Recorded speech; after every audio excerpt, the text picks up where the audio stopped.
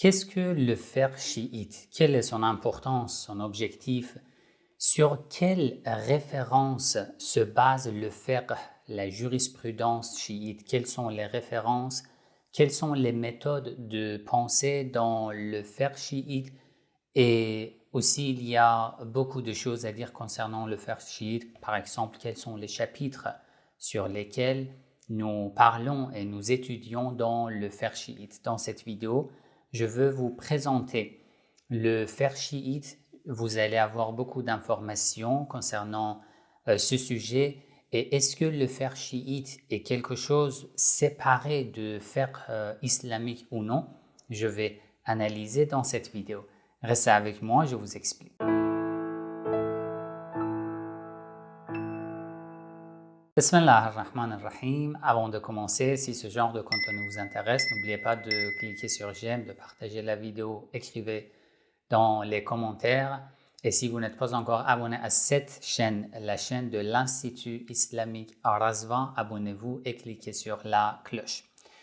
J'ai décidé de faire cette vidéo parce que il y a beaucoup d'étudiants qui visitent mon site, le site de mon institut, l'Institut islamique Al-Razvan, R-A-Z-V-A, et qui consultent la page des cours de fiqh islamique, mais ils se posent des questions. Ils disent que déjà, c'est quoi le fiqh chiite? En général, c'est quoi le fiqh? Est-ce que c'est vraiment nécessaire de l'étudier? Est-ce que si je suis débutant dans l'islam, je dois commencer par le fiqh ou par la théologie? C'est pour ça que j'ai décidé de faire cette vidéo dans cette chaîne, l'Institut islamique Al-Razvan, pour vous présenter c'est quoi exactement la jurisprudence et le fiqh chiite. La définition de fiqh, déjà le fiqh, le terme al-fiqh, ça veut dire la compréhension en général. Dans le Coran aussi, par exemple, des termes comme liyatafaqahu fi din. Allah dit pourquoi لولا نفر من كل فرقة منهم طائفة jusqu'à la fin liyatafaqahu fi din. Pourquoi il n'y a pas parmi vous, il n'y a pas de personnes qui voyagent, qui émigrent afin de faire des études pour comprendre la religion. Certains pensent que liyatafaqahu dans ce verset se réfère au fiqh, à la jurisprudence, alors que liyatafaqahu dans le Coran, c'est le fiqh en général. Le fiqh en général, ça veut dire la compréhension de l'intégralité de la religion, qui inclut la jurisprudence, le fiqh, qui inclut la théologie, le tafsir, l'interprétation du Coran, les sciences du hadith, les sciences du Coran, l'éthique, la gnose, etc., etc. C'est pour ça que les savants ont divisé le fiqh en deux. Le fiqh majeur, le fiqh mineur.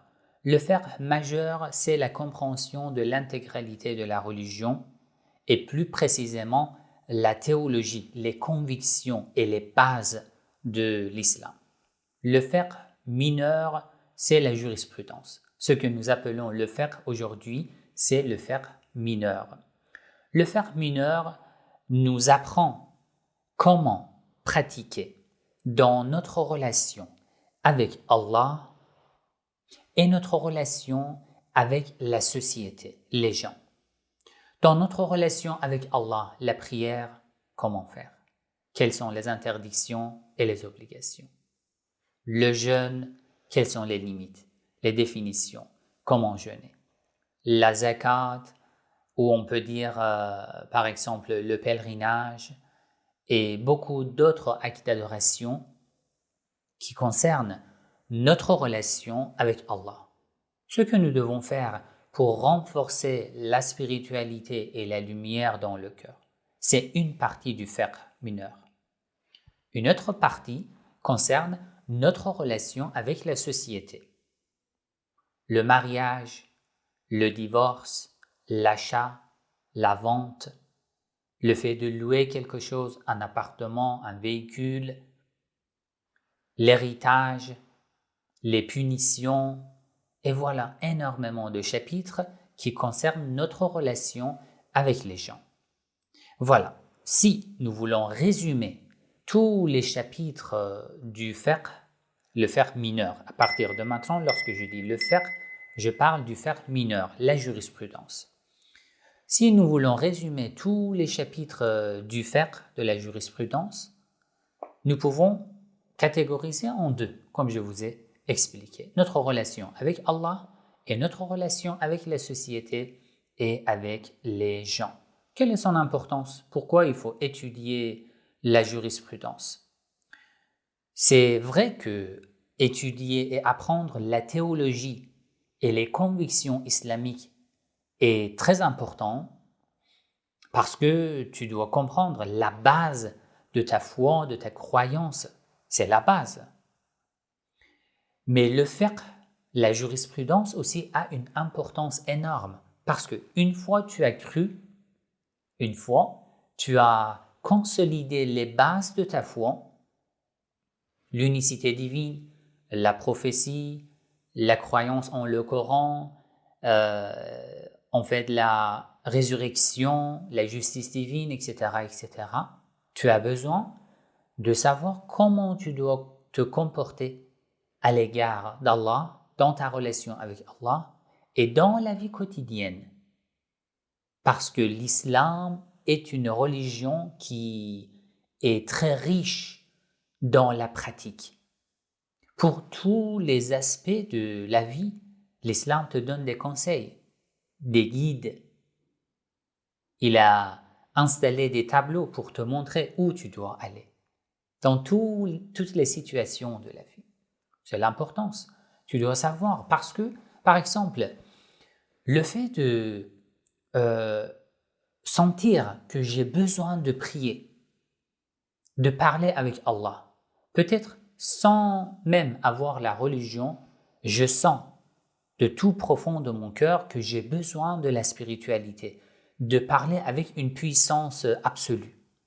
Mais le fait d'effectuer une prière de cette manière, avec cette forme, le matin en 2 rak'ah, à midi en 4 rak'ah, pour la prière de l'Asr en 4 rak'ah, la prière de Maghrib, de l'Isha, ou le fait que je peux effectuer les prières de la nuit, Salatul Layl, dans la nuit, de cette manière, avec une telle forme que je dois réciter cette sourate, cette dhikr, etc., etc., ces formes et ces détails, je ne peux pas y arriver par les argumentations rationnelles.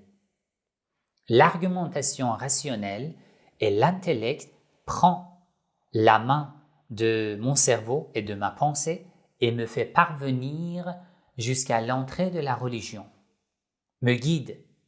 Il y a l'unicité divine, la prophétie, etc., etc. Et dans la religion, l'intellect et la pensée m'aident et me guident pour pouvoir bien argumenter. Mais ici, l'intellect n'est pas suffisant parce que il y a une source, c'est l'intellect, la raison, une autre source, c'est la révélation. Il y a beaucoup de choses que tu ne peux pas découvrir par la raison seule. Tu dois prendre l'aide de la révélation, les deux ensemble.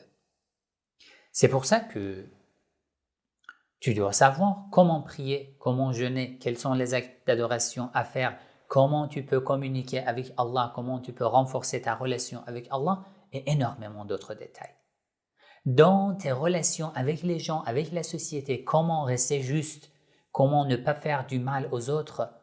Même parfois, par exemple, je suis énervé, je pense que c'est moi qui ai raison, alors que lorsque je me réfère aux lois de la jurisprudence et du fiqh, je vois que non. C'est l'autre personne avec qui je débat, je combats, c'est elle qui a raison. Donc, pour comprendre tout cela, pour gérer ma vie dans la voie de Dieu, bien sûr, j'ai besoin de la théologie pour comprendre les convictions et aussi j'ai besoin du fiqh, de la jurisprudence pour savoir comment je dois vivre ma vie. C'est important. Son histoire. Quelle est l'histoire du fiqh? Le fiqh islamique, entre parenthèses, et le fiqh chiite ne sont pas deux choses séparées. Lorsque je dis le fiqh chiite, ça veut dire le fiqh islamique d'après la voie et la méthode des Ahlul Bayt alayhimus salam. Sinon, ce n'est pas une chose séparée du fiqh islamique. Alors, le fiqh islamique à l'époque du prophète Mohammed sallallahu alayhi wa sallam, la source de la religion est en vie.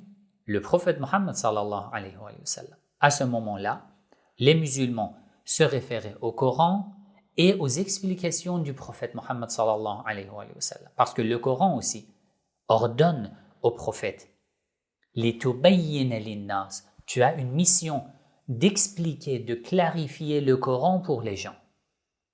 Donc, les gens avaient besoin du Coran et du prophète. Et après, le Coran a dit وَمَا يَنْطِقُ عَنِ الْهَوَىٰ إِنْ هُوَ إِلَّا وَحْيٌ يُوحَىٰ. Le prophète ne parle pas d'après ses passions, ses désirs. Tout ce qu'il dit, ça provient de la révélation. Tout ce que le prophète disait faisait partie du Coran? Non. Le prophète nous transmettait le Coran et nous donnait des autres conseils. Mais le Coran dit tout ce qu'il dit, ça fait partie de la révélation. Donc, même les paroles du prophète en dehors du Coran font partie de la révélation, mais ne font pas partie du Coran. Mais nous, les suivants du prophète, nous avons besoin des deux. Très bien, c'est à l'époque du prophète. Après le martyre du prophète, nous avons besoin du Coran et du prophète. Et du fait que le prophète n'est pas en vie, nous avons besoin des narrations sûres et authentiques qui nous rapportent les actions, les paroles et les confirmations du prophète. Et là, le concept de hadith ou d'une narration apparaît. Les gens qui rapportent des paroles ou des histoires du prophète. Et bien sûr, il y aura beaucoup de mensonges. Comme le prophète a dit les dernières années de sa vie, il a dit il y aura beaucoup de mensonges. Et même durant sa vie, il a dit beaucoup de mensonges sont apparus qui sont attribués à moi. Faites attention. Il y a beaucoup de mensonges contre moi. Faites attention. Et après, ça va augmenter après le martyre du prophète. Après le martyre du prophète, nous, les chiites, nous suivons les Ahlul Bayt alayhimus salam, comme le prophète nous a conseillé. Il nous a dit, je laisse parmi vous deux trésors, le Coran et mes Ahlul Bayt alayhimus salam. Parce que les Ahlul Bayt sont les gens dignes de confiance qui arrivent à nous rapporter la religion comme le prophète l'a appris de Dieu dans la révélation. Les Ahlul Bayt alayhimus salam sont les personnes les plus sûres. Nous pouvons les suivre les yeux fermés. Donc nous suivons après le prophète. Bien sûr, là où il y a des hadiths sûrs du prophète Mohammed sallallahu alayhi wa sallam rapportés par les compagnons qui étaient dignes de confiance, c'est bon, on prend. Et ensuite, nous avons une source très riche et profonde, ce sont les paroles des imams alayhi salam, 12 imams, de Ali ibn Abi Talib alayhi salam jusqu'à l'imam du temps, l'imam al-Mahdi ajjalallahu ta'ala farjahu al-sharif. Après l'époque des Ahlul Bayt alayhi salam, alors ici, nous avons quelques sources. Ici. Quelles sont les sources du fiqh après l'époque des Ahlul Bayt alayhimus salam? D'abord, comme j'ai dit, toujours la raison. D'après la majorité des savants chiites, la raison est toujours un élément et une source indispensable. Dans les hadiths aussi, les imams alayhimus salam ont parlé de ce sujet. Il vous suffit de visionner la playlist de la lecture du livre Al-Kafi sur mon autre chaîne, le chiisme.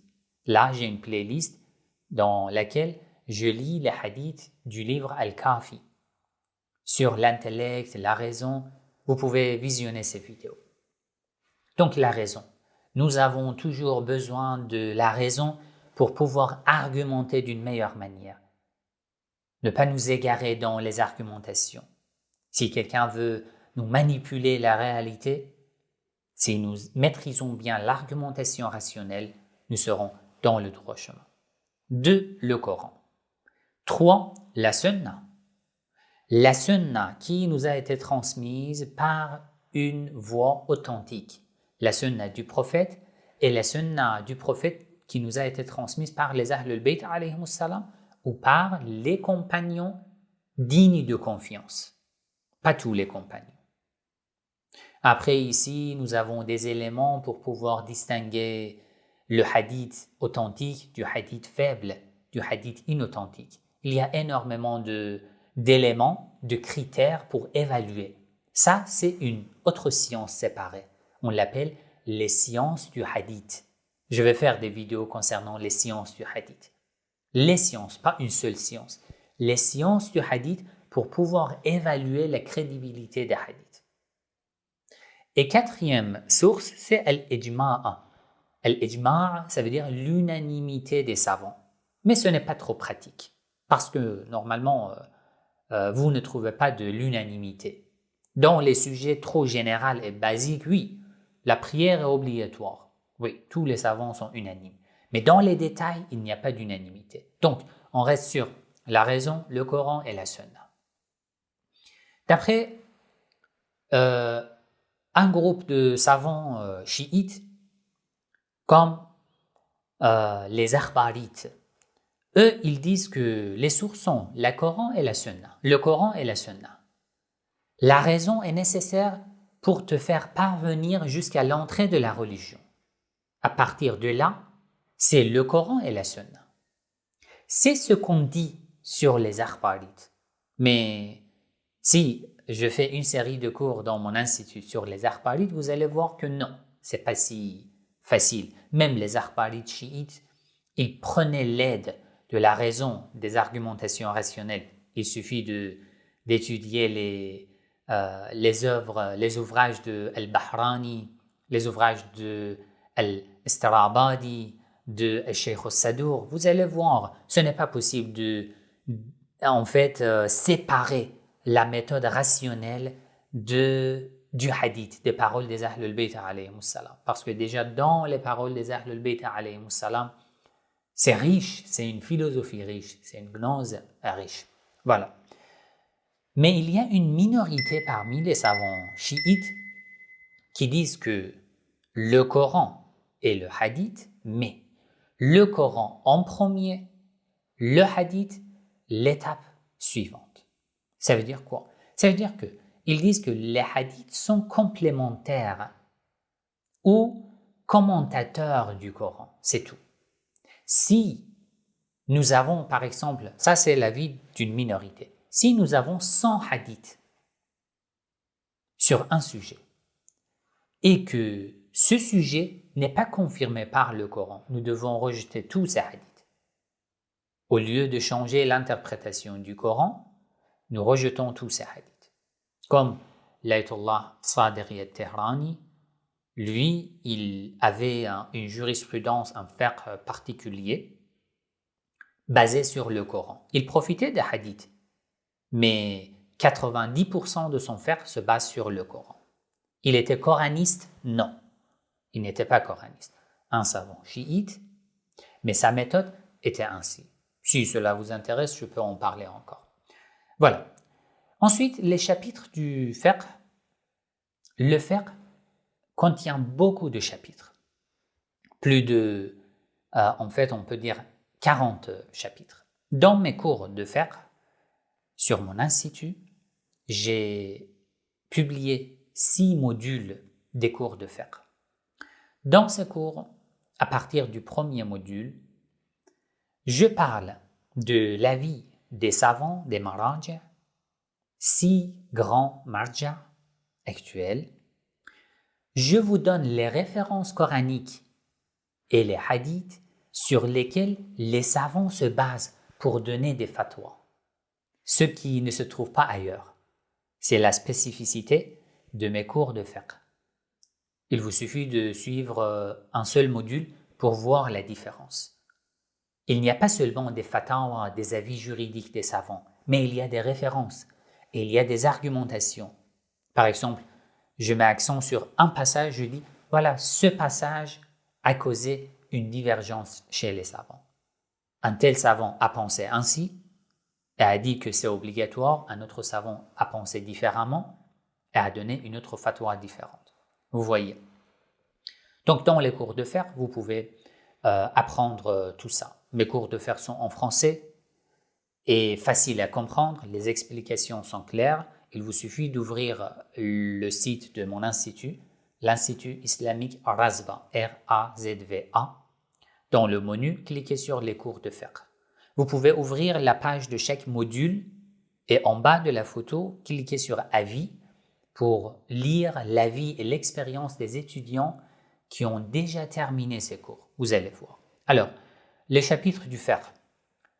La première catégorie, les actes d'adoration, qui contient la purification, la prière, le jeûne, la zakat, le khams, le pèlerinage, la umrah, le djihad, commander le bien, interdire le blâmable. Deuxième catégorie, les contrats, comme le commerce, le fait de louer quelque chose et les règles, différents types de contrats commerciaux et aussi al-waqf, le fait de donner des cadeaux, offrir quelque chose, le testament, le mariage, le divorce. Nous avons des contrats aussi qui ne sont pas réciproques, qui en fait nécessitent un seul côté. Par exemple, le mariage nécessite deux côtés, l'achat et la vente nécessitent deux côtés. Mais il y a des contrats qui nécessitent juste un côté. Par exemple, le divorce. Le divorce a besoin d'une seule personne, c'est le mari.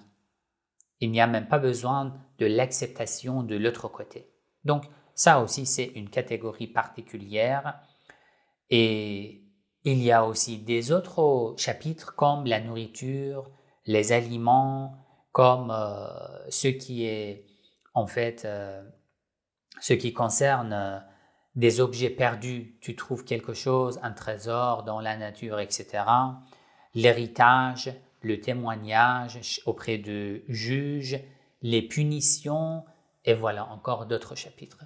Et dans les cours de fiqh, j'ai parlé de tous ces chapitres. Donc, vous pouvez avoir une série, une étude sérieuse et complète pour apprendre une fois dans la vie le fiqh. La plupart des chapitres du fiqh, d'après la voix des Ahlul Bayt alayhimus salam, en apprenant les références du Coran et les hadiths, ainsi que l'avis des savants, une fois en français très facile, avec des cours structurels. Voilà, c'était juste une présentation du fiqh d'après la voix des Ahlul Bayt alayhimus salam. Est-ce que le fiqh chiite, la méthode des Ahlul Bayt alayhimus salam, est différent par rapport au fiqh des sunnites, des malikites, des shafi'ites, des hanbalites ou des hanafites?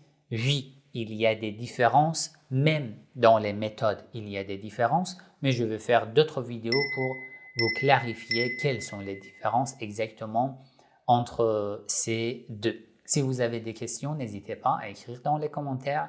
Wassalamu alaikum wa rahmatullahi wa barakatuh.